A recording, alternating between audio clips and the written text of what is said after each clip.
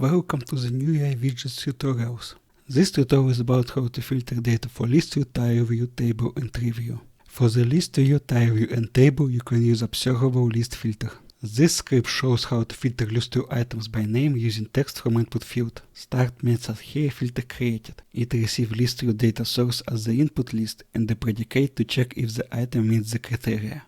Then list view data source is replaced with filter output, and the callback is added to the input field while a change event. The predicate is simple. It checks if the item names contain the input field value using a case-insensitive check. When the input field value changes, we just refresh the filter. Here how it works in the play mode. Added items are automatically filtered. Tree view is a special case. It has a different filter because nodes are hierarchical structures, not flat list like list view data source.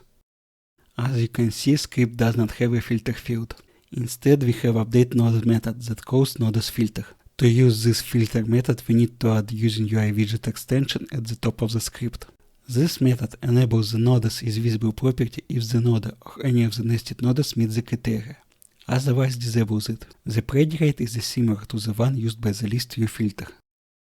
But new nodes are not automatically filtered. You should call the nodes filter method after adding new nodes. Here is how tree view filter works in the play mode.